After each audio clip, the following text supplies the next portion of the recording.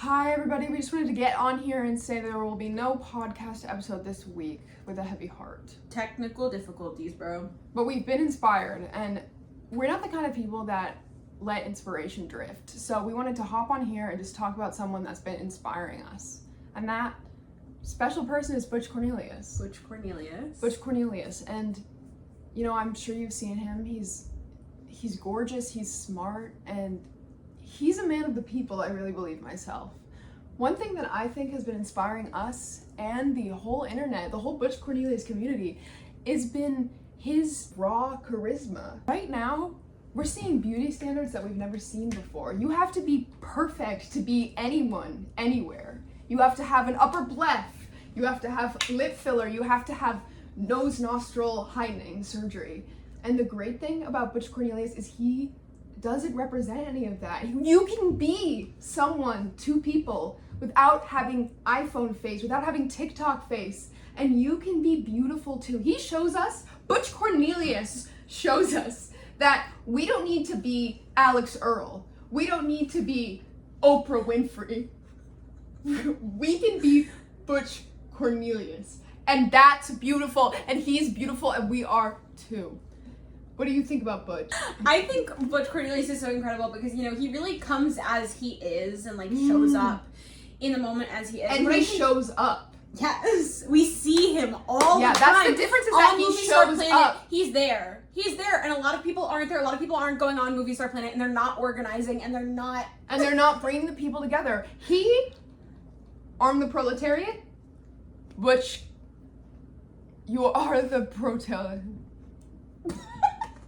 And I think what is so interesting about Butch Cornelius as a concept is that I think in a lot of ways he's a return to Dadaism. I think right now in this current moment we are living in a time very similar to what led to the initial movement of Dada. Dadaism kind of came about in a time of a lot of economic injustice, of political unrest, and of war across the world that was just causing so much suffering and death. And it came about as a way to sort of respond to that and to respond to hierarchy and take away kind of the hierarchy that existed in art and to kind of symbolize how nonsensical the world we were living in is. And I think that regardless of how tuned in you are to Butch Cornelius or to the art world or anything, like, everyone can see that we are in a really nonsensical world. Like, nothing about what is happening anywhere ever makes sense anymore. And not that it ever really did. But what's so interesting about Butch Cornelius is that I think there is this sort of Dadaist concept behind him of, like, he just appeared and everyone started talking about him as if we'd known it. And it's just sort of this communal experience of, like, accepting this thing and being like, yeah, Butch Cornelius. And, like, there's lore and there's edits and there's all these things where it's like we all just came together to say Butch Cornelius is part of the canon. Butch Cornelius is part of American literature and American culture. And I think he's greater than that because he is also on the UK servers, I've learned. But I think that he's definitely a part of Western anti-culture, counterculture. And I think really, at the end of the day, someone might say, well, what's art about Butch Cornelius? But at the end of the day, someone had to sit down and create him, and that is art. And I think Dadaism, you know, it was art, it was poetry, so it can be comedy and it can be art. And someone created him and he's beautiful.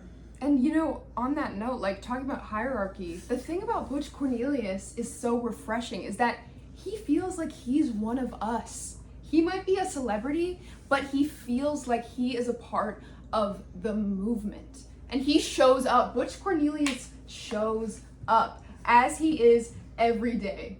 Stinky lines from him, flies, and bloody face, but he shows up and he's there for his people. Everyone wants to have a village and no one wants to be a villager, and Butch Cornelius is the villager. He's almost the antithesis to that. And the way that you see he helps his friends, but even when he's... Does he help his friends? I think we're kind of talking about Butch Cornelius, and we've given him a personality that is, like, all I see is him by himself. Like, he kind of seems like a loner. And I don't want to present us as if we don't know anything about Butch Cornelius. They're all gonna laugh at me. Even his name, Butch Cornelius. He is showing how the masculine and feminine can come together to create one beautiful... Isn't Cornelius a man's name? Well, it's a little more languid. It's a little more like Cornelius and Butch. Well, what I think is so Cornelius. interesting about his Butch. name being Butch Cornelius, almost playing into a different kind of social hierarchy as well, is Butch, I think, has a connotation of working class, obviously, but Cornelius sounds very kind of bourgeois. Yeah, a little bit higher class.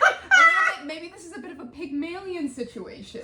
Maybe someone came to Butch Cornelius. His name was Butch Cornelius, and he was living on the street, dirty and stinky. And then a man in a top hat was like, "You can be Cornelius too." I'm thinking that could be part of it. But I don't really see how he ever Cornelius. Well, someone gave him Cornelius. His name used to be Butch. It is still Butch, though. Well, his name just used to be Butch. Oh. Yeah.